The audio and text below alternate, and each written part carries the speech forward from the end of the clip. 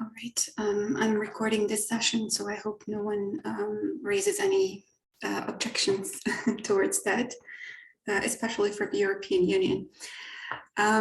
Today, we are presenting a book from Professor Masood, Sharia Inshallah. And the rundown for today is pretty simple. Professor Masood is going to present his book, and then we're going to have a discussant who is going to reply to him.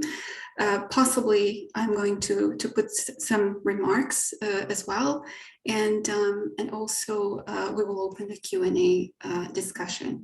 But before we go to the actual book, let me just tell you a few words about Mark Fatih Masood, who's a professor of politics and legal studies at the UC Santa Cruz. He's also director of the legal studies program, and he also serves as affiliated faculty with the Center for the Middle East and North Africa. He also holds an appointment as a visiting professor at the University of Oxford.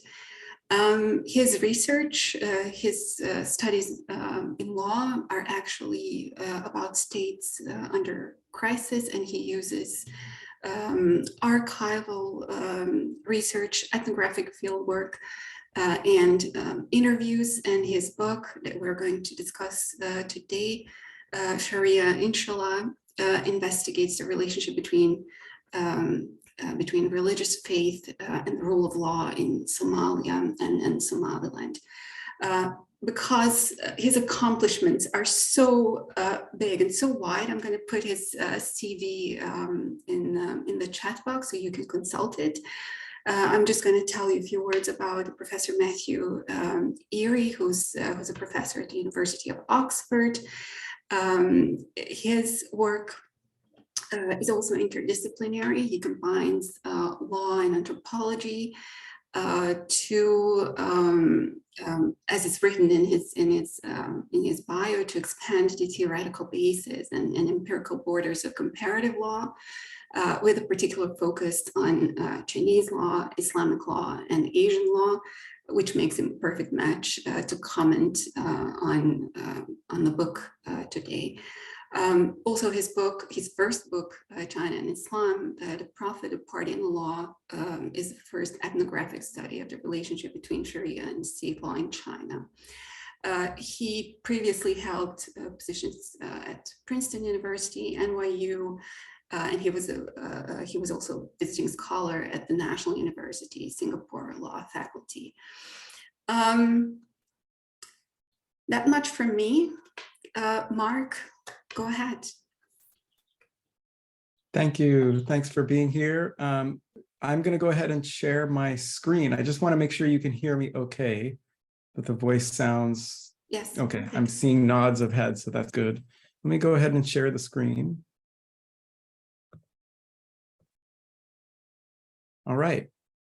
So good day. And I want to thank the International Society of Public Law, the Committee on New Directions in Scholarship, for selecting Sharia Inshallah for this new scholarship showcase. I want to also thank Professor Maya Shahajdik for organizing, Professor Matthew Erie for being commentator today, and those of you who are watching or who are here, thank you for being here as well.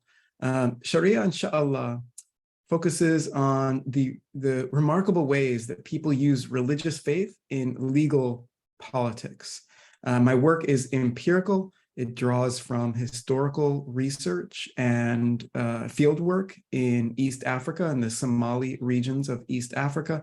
And I'm glad that Matthew and Maya are here because their work in Asia and in Europe adds to the diversity of spaces to study these questions on religious politics and public law. So I'm with you today from the United States. And here, when some people think about the politics of religion, especially in legal systems, which is really live right now in the United States, sometimes some people think about others who invoke religious faith or God to justify extremism or oppression or fundamentalism. And because of this different kind of extremism in different parts of the world, religion, and especially Sharia, has been denigrated. The Arabic word Sharia is often translated in English as Islamic law, but rather than being a strict legal code as we would think about it in maybe Western countries, Sharia is more like an ethical code guiding human behavior. It comes from Islamic texts, the Quran, the Hadith, which means that, and this is really important, it means that different people and different governments will interpret Sharia, will interpret these texts in many different ways. I'd be happy to talk about this more in our discussion, but right now, with few exceptions, there are many governments and policy analysts who see Sharia as a tool of dictatorial control. Nearly all 50 US states have introduced bills banning Sharia. American senators have publicly called Sharia evil. The European Court of Human Rights has twice ruled that Sharia is incompatible with human rights. Legal scholars have warned more broadly, not just about Sharia, but just about religion. Here's a quote from a recent article from the University of Chicago Law Review arguing that religion itself can be a threat to constitutionalism and the rule of law. Everything we care about in the Icon S society, religion itself seems to be a threat to that. Now, my question, though, it's an empirical question. Can religious faith instead not be a threat to constitutionalism and the rule of law, but can it build constitutionalism and the rule of law? Can it build these values, especially after a period of war? And I traveled to the Horn of Africa to answer this question. And what I found there was remarkable. I saw Sharia, faith, thriving as a historical source of social and legal order. Let me tell you a story. I remember meeting with a young lawyer, we'll call him Tayyib, and we met on a dirt path outside of a courthouse in Somaliland, much like the courthouse you see in this photo. And Tayyib and I spoke for an hour about his career in the law, the United Nations funded programs that he was a part of. He was really sophisticated. He spoke multiple languages. And I thought one day he might well become an important United Nations official himself, or maybe even a prime minister or president.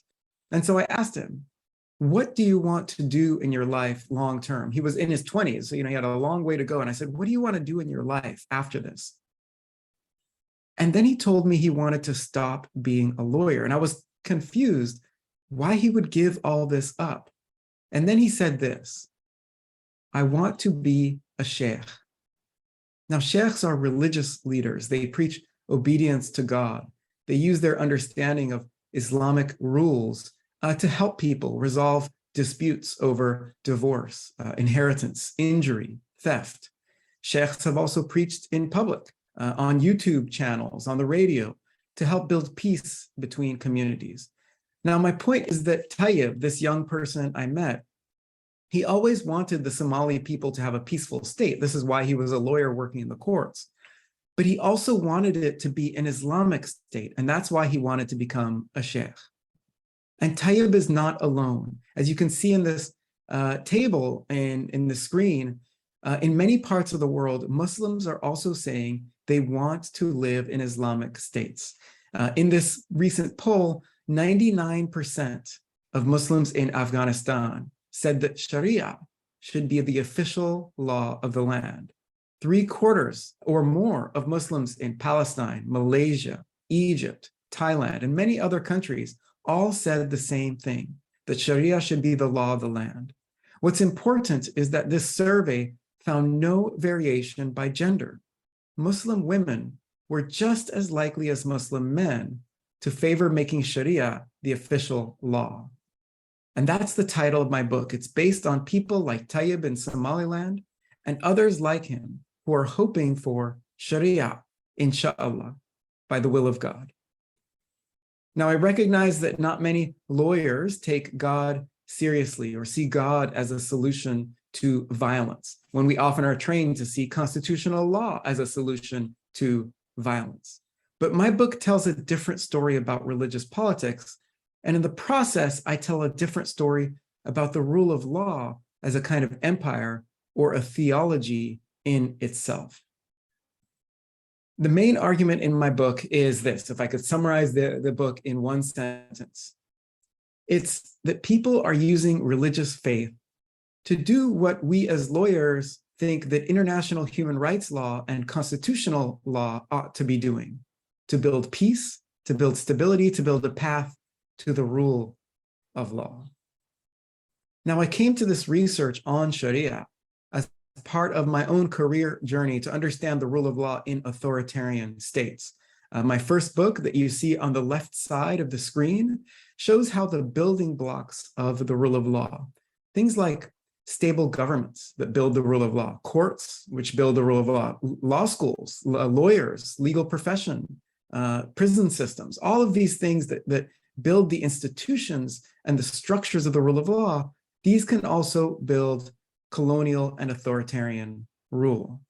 And after I wrote this book that you see that's on the screen, I wanted to know, what do people do beyond trying to build state law? What do people do specifically with Islam and Sharia?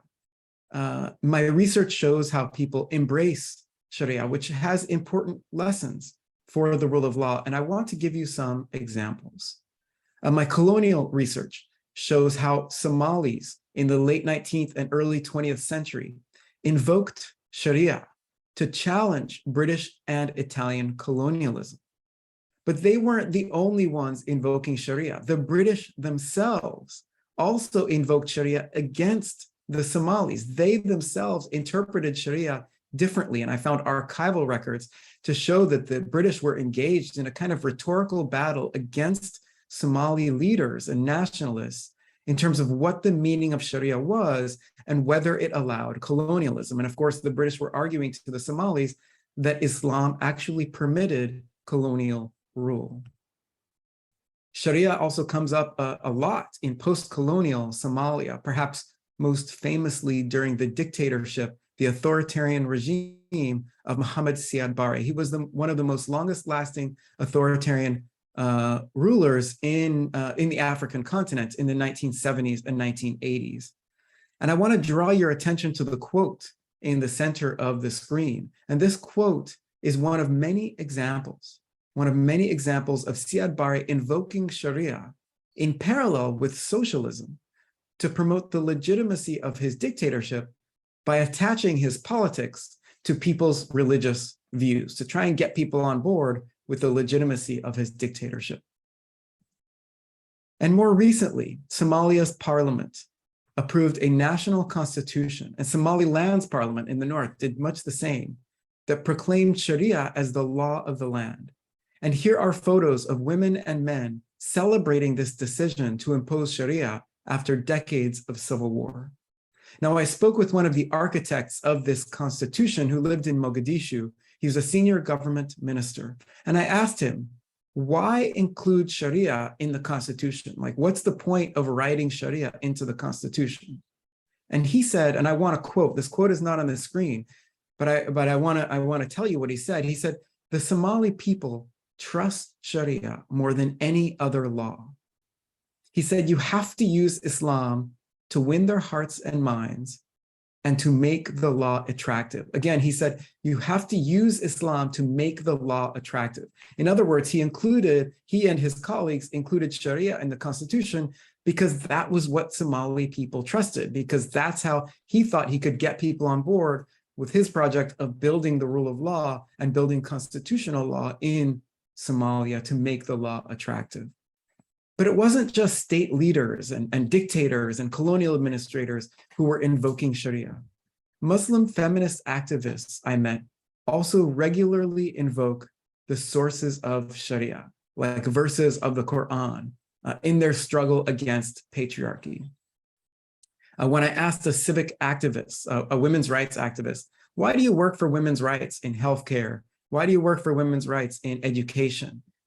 She never told me she wanted to bring constitutional court cases. She never told me she wanted to do impact litigation. Indeed, when I asked her about these things, she said, no, that's not what we do here. Instead, she talked about the importance of Islam in social life. And she said, if I want to go to my job and have a normal life, it's all based on my Islamic religion. Every step I take is based on my Islamic religion. So the women activists I met, they also turned to Sharia. They turned to Sharia not just because they were pious or they believed, they also turned to Sharia because it was practical. Civil society organizations told me they could not be seen to be publicly supporting international law or international discourses of women's rights, especially in such a religious society. One woman said simply, in our religious society, patriarchy will not end unless we as women promote how we are all Muslim. So what my book shows is a pattern across this historical research. All of these activities, from resisting colonialism in the 19th century, to fighting dictatorship in the 20th century, to building peace and national identity and struggling for women's rights in the 21st century. These are the critical steps of building a path to the rule of law. And my book shows how people take those steps, not with constitutional law or international law at their sides necessarily, but with God at their sides. My evidence across 150 years of Somali history shows the ways that people use their faith in a higher power to build a path to the rule of law. And that higher power, for some people, it could be God. For many of the people I met, it's God. For many of the aid workers I met, it's the law, it's international law, it's human rights law, it's international treaties, but it's still a higher power that they believe in.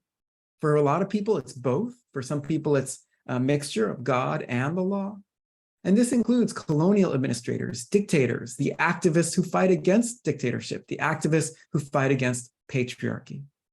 More generally, my findings help me to see the remarkable parallels between the rule of law and theology. So one of the main reasons for the rule of law, I mean, there are a lot of reasons for the rule of law, but one of the main reasons is to limit arbitrary power, to limit the power of state officials so that they don't make arbitrary decisions, so that they submit to the law and not to their own personal politics. But what I show in the book is how some people also submit themselves to God, whether in their politics or in their activism or in their personal lives or all of that. They see God as the source of authority, not necessarily public law as a source of authority. And that doesn't necessarily lead to constitutional theocracy. It can also build a path to the rule of law. And there are a variety of examples I give historically in the book about this. So the rule of law itself, much like a religion, much like a God, demands that we believe in it, demands that we submit ourselves to it. And so the paradox of the rule of law is very much like the paradox of religious faith. And that is that law and faith both rely on this concept of submission. To put it another way, I'll draw your attention to the phrase, the sentence at the very right side of the screen. Law and faith are two horizons of the human that also take us beyond the human. So my book reports the inadequacy of purely legal frameworks and purely legal rhetoric to capture the things that human beings do, our agency, our activism, our submission. What this means for those of us who care about achieving the goals of the rule of law, the whole purpose of constitutional law, is that we cannot focus our attention merely or only on human rights or legal reform or constitutional building. We may have to refocus our lens, retrain our lens a little more onto faith. Let me close with the words of the legal philosopher Ronald Dworkin. In his final book that he wrote in the months before he died, Dworkin encouraged lawyers to have what he called a religious attitude to life. He said in this last book that he wrote, he said, we need to believe, even if we don't believe in any particular faith, we still need to believe that we have each made something good in the face of death. My book, SHARI'A, inshallah, shows that this faith is central to constructing legal order, that this faith in Sharia advances rule of law principles, that faith in Sharia gives people hope that inshallah, their actions serve a power that is greater than they are. So thanks very much for being here, and I look forward to your comments and questions about this hope in Sharia, inshallah. Thank you. Thank you, Mark, for this fascinating presentation of your book. And I remember when I was preparing, before I actually even read the book, I read the comments on your book, and one of the comments was that whatever you understand about Sharia, this book will challenge it. And I think that is actually the case. And I think we haven't made a mistake, not even a bit. When the committee gathered to choose the books, this was the first book, and it was unanimously chosen for the presentation. And I'm very happy that you had time to actually present it to us. But I believe Matthew has something to say in response to your presentation. So Matthew, please. Thank you so much, Maya, for inviting me. It's really a pleasure to be here, particularly since I've been part of a conversation with Mark over the last couple of years as he's been working on this project. I read an earlier draft, and it's just been really gratifying to see how the project has evolved, and to finally hold the final product in your hands is just really delightful. So really a pleasure to be able to comment on this incredibly important work. By way of caveat, I'm not an expert in Somalia or the Horn of Africa. Rather, I'm a socio-legal studies scholar with a particular focus on comparative Asian law.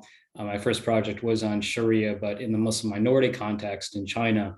And so I approached the book from that particular vantage. In terms of my comments, I'm going to provide a kind of assessment of the work. I'm going to try to contextualize it to some extent, specifically within Mark's own body of work, and also what I call the social sciences of law and religion, and then offer a few questions or maybe provocations to Mark.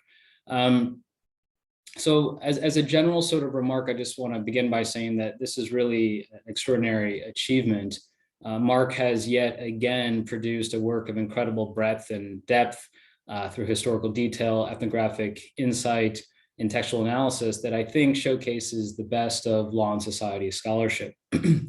At the core of Sharia, inshallah, is the argument that religion, and specifically religious law, provides the normative, discursive, ethical, and strategic resources to build rule of law. Or in his language, he makes the claim that there is a legal politics of religion.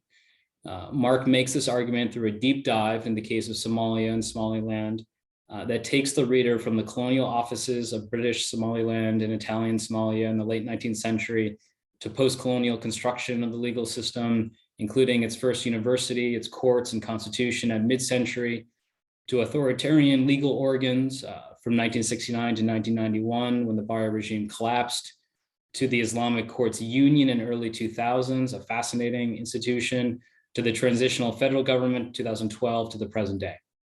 An historical sweep that's expansive for sure, but he carefully situates the reader through a series of archival and ethnographically informed windows, including Qadi courts, legal aid clinics, international aid workshops, and meetings of women's rights movements to reflect on how specific actors are engaging with Sharia to promote and protect their own interests. The evidence and data he uses is mixed and multi-sided. He searched archives in the UK, Somaliland, Kenya, and elsewhere. He conducted ethnographic observations of Sharia tribunals, the Makdoum, state courts, legal aid centers, and human rights workshops. He conducted over 130 interviews with lawyers, judges, clan elders, sheikh, women's activists, students, international aid workers in a number of countries. Let's remember that the Horn of Africa is no easy place to do fieldwork. Violence followed or preceded Mark during his travels. We hear about, for example, bombings in Mogadishu in 2013, 2014, 2019, when he was either based in Hargeisa or soon to arrive there. The violence is not exoticized or romanticized. Rather, it's presented as a fact of life, not just for the researchers, but also for their interlocutors. So all of this is very, very hard work. And Mark, through his work, presents a strong argument that I think flips much of our popular and professional wisdom on its head. We're used to thinking of Islam and Sharia as anti-modern, modernity grounded in the European Enlightenment and pursuant to successor ideologies, liberalism or neoliberalism, privileges individual freedom, democracy, the market, and rule of law. Mark makes the counterintuitive claim that Islam and its system of law and ethics, or Sharia, can promote, facilitate, and catalyze the rule of law. This has implications for economic development, gender equality, peace, and justice, both at the local and the international or transnational levels. The stakes are high, particularly in the wake of the US withdrawal from Afghanistan and threats to the US's own rule of law through, for example, the political rights capture of the Supreme Court. We've entered a historical moment where old orthodoxies no longer provide answers, whether it's applied to domestic or international law. So we need to take this argument seriously. In terms of specific assessments, I think we can assess Sharia, inshallah, from a number of vantage points, including Professor Masood's own body of work and what I call the social sciences of law and religion. In terms of Masood's oeuvre, Sharia, inshallah, builds on Mark's previous work, namely his 2013 book that he showed, Law's Fragile State, Colonial, Authoritarian, and Humanitarian Legacies in Sudan. Mark draws on his insights both as a political scientist and a lawyer to introduce the concept of legal politics, which he defines as the process of achieving political, social, or economic objectives using legal mechanisms. In his first book, Mark makes three claims.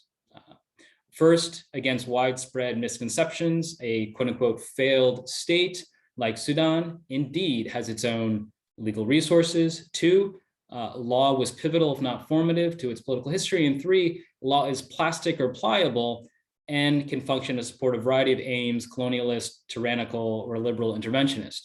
The question of religion kind of hangs in the background of his first book, and he then brings this forward in his second book that we're discussing today, Sharia, inshallah.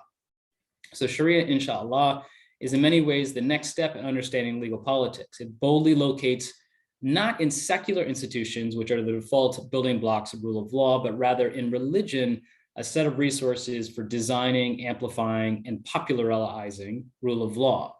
This is important as religion is seen by the rule of law industry, whether the US government, USAID, UN agencies, think tanks, and academic institutes, as mainly the irrational or the primordial, a stumbling block, not a building block for the rule of law. So the question of how to approach religion, how to regard it, integrate it, bring it to the fore, that is the best of religion in service of the aim of creating viable, sustainable legal development, this is a significant question indeed.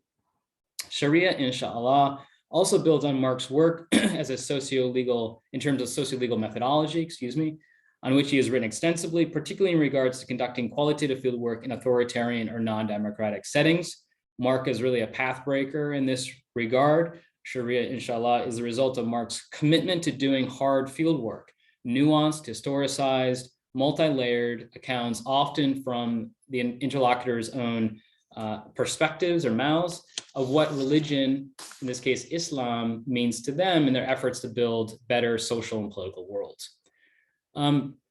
Moving from Mark's work to the broader literature on social science of law and religion, I think it's fair to say that one of the enduring questions in sociology of law is the relationship between religion and legal economic development.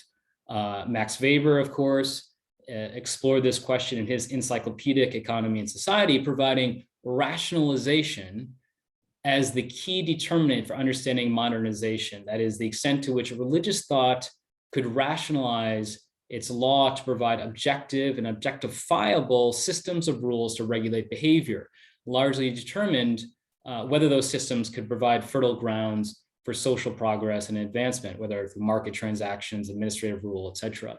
Weber showed this relationship most vividly in his Protestant work ethic in the Spirit of Capitalism. There, the religious calling drives the Protestants to amass wealth, a rational aim, revealing the thick interdependencies of religion and modernity. In one of the foundational ethnographies of law, which also is heavily comparativist in nature, de Tocqueville, in his Democracy in America, repeatedly comes back to the Christian roots of US political and legal institutions. In fact, in one of his letters he wrote to his family while doing his own fieldwork, and I quote, Never have I felt so much the influence of religion on the mores and the social and political state of a people than since I've been in America. And it is impossible here to ignore the necessity of this force for motivating and regulating human actions, end quote. I'd like to come back to that observation in a bit. So I view Sharia, inshallah, in this line of scholarship. Religious conviction can be the wellspring of political reform, particularly democratizing elements wherein the citizen faithful have greater access to justice, rights protection, mechanisms for dispute resolution, and so on. Religion is not the problem, rather it's part of the solution. Mark shows us this through the example of Somalia. It takes us to what is often perceived to be the periphery of the world map in terms of popular conception, and instead situates Somalia centrally as a place where we can learn some important lessons. And I view this as an anthropologist as an exercise in what we call the anthropological imagination. That is, given that the old truths have brought us to a place of environmental ruin, health crises, and de-democratization, if not authoritarianization around the world, we need to turn to these often overlooked places like Somalia to gain new knowledge. In terms of a few specific observations or questions, so I'd like to begin by noting again, there's so much to commend here, but for purposes of time, let me just touch on a few points. First is, again, the deep historical sweep. It allows us to question whether modernity really erupted with the emergence of the modern nation state and its various forms of political homogenization. We see substantial continuity between the colonial and post-colonial periods in terms of how different regimes position themselves vis-a-vis Sharia, how they simultaneously exclude and recuperate this resource. There's important content here for rethinking secularism, which often is conceptualized as a byproduct, of modernity. I also, secondly, appreciate the acknowledgement of the messiness of constitution making. We see a number of efforts chronicled both in Somalia in 2012 and Somaliland in the late 1990s, wherein diverse and competing interest groups are trying to come together to draft a constitution. The role of Sharia is, of course, debated centrally, so the constitution therefore either becomes, quote, too Islamic, end quote, or, quote, or not Islamic enough, end quote. Moderates try to claim Islam to fend off the extremists. International aid workers are trying to secularize or avoid Sharia for their own purposes. So we see this kind of process of building coalitions of the willing, if you will, across a number of domains, not just constitution writing, but also in other domains as well. For example, women's movements, where women need funders, international donors, and they also need the male sheikh to promote their own interests. And so that involves finding an alignment of interests and speaking the language of others in many cases. So Mark's study really demonstrates how difficult it is to bring these diverse views on Sharia in particular together. Thirdly, and related, I very much appreciate the inclusion of diverse voices. In particular, I think chapter 6 is one of the best chapters. That's the one on women activists. It's a very vibrant chapter. You really kind of can hear people talk in their own words. And then lastly, I wanted to recognize the methodological modesty and the acknowledgement of the limits of the methods and the data. And I thought that was very noteworthy as well. With the time that remains, I want to put forward a few questions. And this is really just in the spirit of maybe charting out future research, building upon Sharia, inshallah. So how Sharia, inshallah, provokes a set of interesting and I think provocative lines of inquiry. So the first question is, broadly speaking, the social or the socio-legal one. And that is really revolving around the question of pluralism and how representative is the case of Somalia and thinking through these questions, okay? So in the example of Somalia, we have a Muslim majority population, is 99% Sunni Muslim, who believe in Sharia and use Sharia to build rule of law alternatives. Somalia features a high degree of division, of course, in terms of its clan structure. So there is divisiveness and difference there, but religion is very much a cohering element. And this is, I think, is a consistent thread throughout the book. But most modern states feature multiple ethno-religious groups, if not nations. So we have this very clumsy hyphenated term that we all use as social scientists, the nation state, but oftentimes there's multiple nations within a single state, and that's an effect of empire, right? We can think of a series of concentric circles, if you will. At the core, we have the Muslim majority country like Somalia, right? And then the second circle would maybe be a country with a significant Muslim population, a Muslim majority even, but also significant non-Muslim population. We think of, for example, Malaysia. And then outside of that, countries with higher degree of diversity, particularly religious diversity, where Muslims are a minority, Russia, China, France even. So when we build out from the center of the circle to the larger ones, we see a higher degree of diversity and plurality, right, as you go from the center outwards. And this introduces, I think, a number of sort of very important questions for institution building.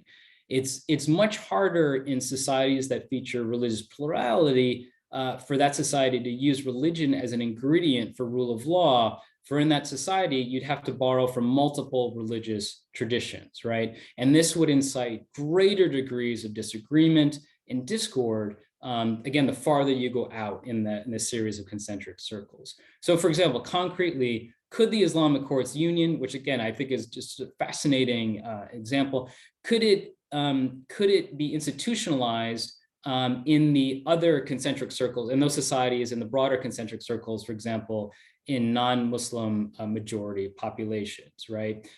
This introduces problems of representativeness, ethnic privilege, the so-called slippery slope of institutional design. If you give group A something, you have to give group B, and then that creates this balkanization of the political landscape. So in asking this question, we might want to think about a broader literature on models of political integration, liberalism, communitarianism, or others. For example, Charles Taylor's 2007 book, A Secular Age, which asks what sort of beliefs are possible beyond the religious. Okay, so don't stop at religion, but think of categories beyond the religious, or that include the religious amongst other categories. So that's the first question, the social. The second is a theoretical, and here I want to play devil's advocate a bit with Mark. In particular, the conclusion, which I think is the most provocative portion of the book, and specifically the rule of law as theology, and pages 505 to 506. So I want to skip around a little bit here and include and just read a few citations. So the rule of law offers its own set of internally coherent beliefs, which in practice look like an alternative theology.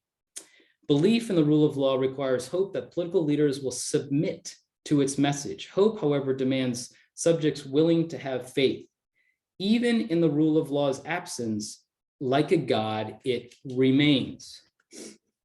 So the view of law here, and rule of law in particular, is predominantly positive. There's one interesting inclusion on page 306 of violence. The quote is, like religious values, the values of the rule of law may be achieved, destroyed, or reconfigured through cycles of violence and peace building, end quote. I think it's possible to push that farther. And the example here could be the spread of law in the historical US, right? Where you have this concomitant spread of religion, that is Christianity. And Mark cites Lawrence Friedman in his study of the history of US law, which demonstrates that Christianity was very much part of the common law. But I think there's also a third side to that law-religion relationship, which is violence. And we see this clearly in Greg Oblofsky's recent book, Federal Ground, Governing Property and Violence in the First US Territories, which kind of updates Friedman in a number of ways. And there's a kind of theoretical genealogy, if you will, that I think is helpful to think through this question of violence. And that begins with Walter Benjamin, subsequently Jacques Derrida, Giorgio Agamben, and others. Benjamin was writing in the crisis of post-World War I, in particular, the crisis of European liberalism, where there was a lot of doubt and questioning of established institutions. And the historical moment that we find ourselves in right now, I think, is a kind of echo in some ways. And what Benjamin was writing about was how law and justice always hinge on violence, conscription, the so-called just war doctrine, the death penalty, etc.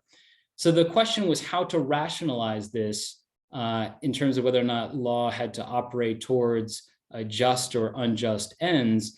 And these scholars juxtapose the violence of law with what they call mythic violence, or the mystical foundation of violence, oftentimes tracing this to Judaic messianic traditions, wherein violence establishes authority. So it's not about any kind of reason or justification, but simply the authority that's established through violence.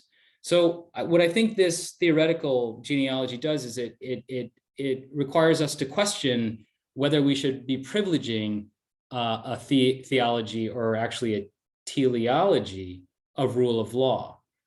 Doing so may be dangerous. What kind of submission are we asked to make? And again, let's think about the current behavior of the Supreme Court of the United States, which has violated 50 years of precedent of human progress towards the autonomy of women over their own bodies. Number three is the practical. The third question is the practical one. So, and Mark provides a bit of gesture towards this, but again, I'd like to push farther. What are the implications for law and development and legal development assistance? How do we operationalize this knowledge? So my time is pretty much up. So let me quickly go through this. So the first is to acknowledge, as Mark does, that efforts linked to the global war on terror failed miserably in terms of supporting local forms of justice and political accountability. In fact, the GWT, the global war on terror, destroyed those local forms, right? We see this in chapter 4. But what does the alternative look like? How can we think about religion in a positive way?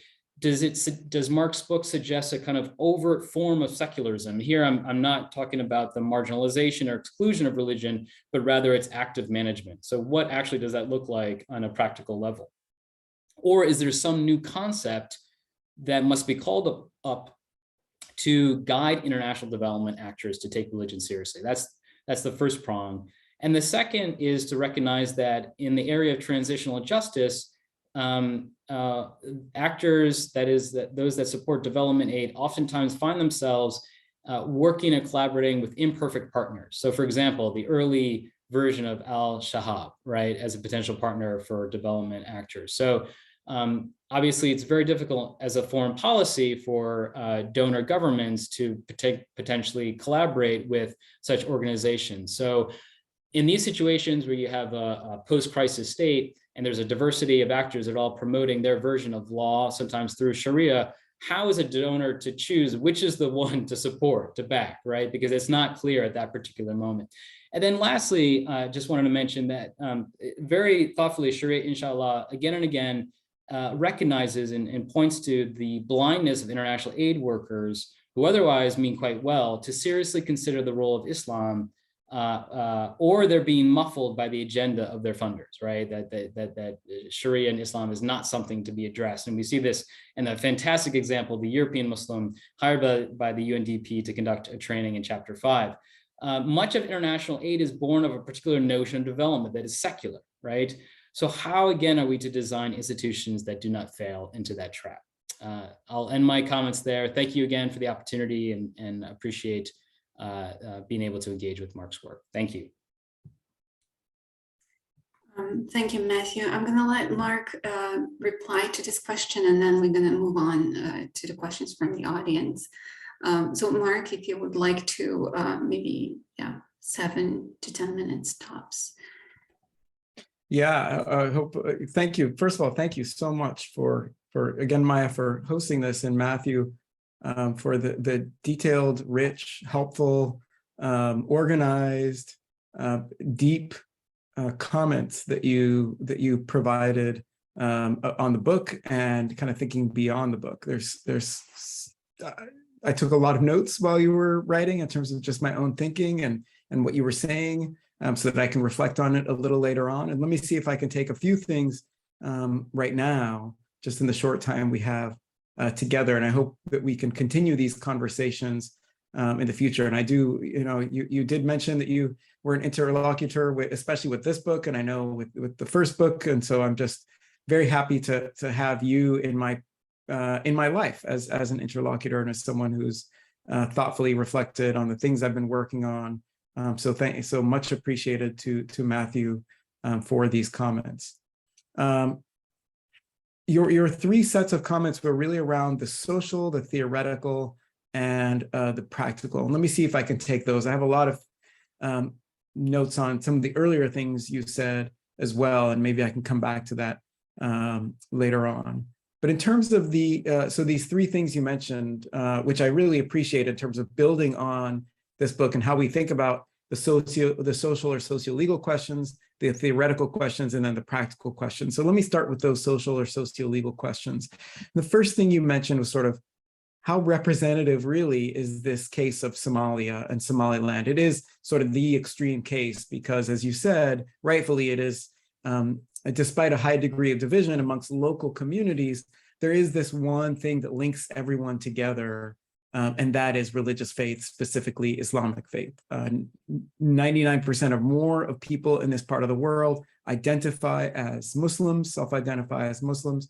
And so it would make sense then that they would turn to Islam as a sort of core guiding principle, or at least give credence to Islam as a core guiding principle, whether they intend to or not. Maybe they're doing it kind of reflexively, or they're doing it illegitimately, maybe in the way that SIAD BARRE was doing it in the 1970s and 1980s, trying to link Islam with a certain political viewpoint around socialism, but really it was about linking it with dictatorship.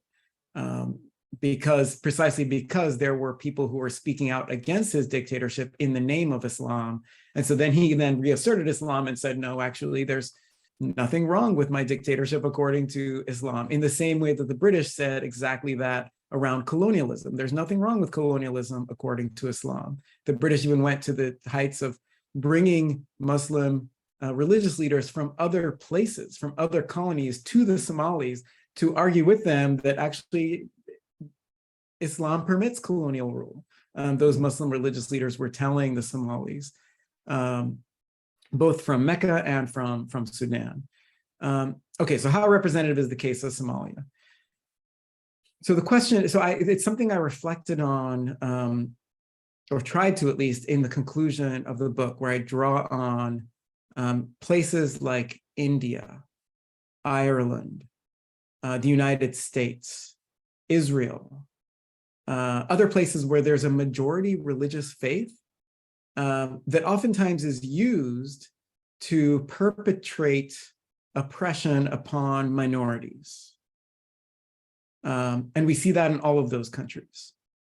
However, what we also see in those countries, and I try and cite to those other examples in my book, is not the story that everyone's heard of people using majority religious faiths to oppress minorities or restrict the rights of women, but rather people who are turning to the majority religious faith to build alternatives, to construct ways of understanding through majority religious faith the need to protect the rights of minorities, the need to protect the rights of women. And so I see these as kind of the seeds germinating a broader way of understanding the role of sort of progressive religion in politics. Maybe there's a better way of saying that, but that's sort of the best I can come up with right now. The ways that people are using religious faith, the majority religious faith, not to attack minorities, but rather to respect and bring in and encourage the development of these minorities. So majority religion then, of course, it becomes, for at least those people, a kind of cohering element. And maybe ultimately it would lead to secularization. Maybe it would lead to sort of even more religion in politics. I'm not so sure, but I see these as sort of seeds germinating. There aren't many examples of this, but the fact is that there still are examples of this.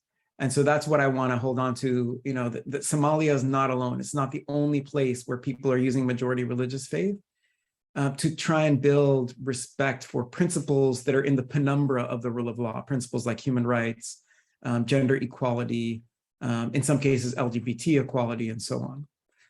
So that's kind of the first thing around the social, socio-legal question. I know you had more you wanted to say, or that there's more I wanted to say based on the more that you had to say. But let me turn to the sort of theoretical. And I thank you for bringing in the kinds of things that you did around,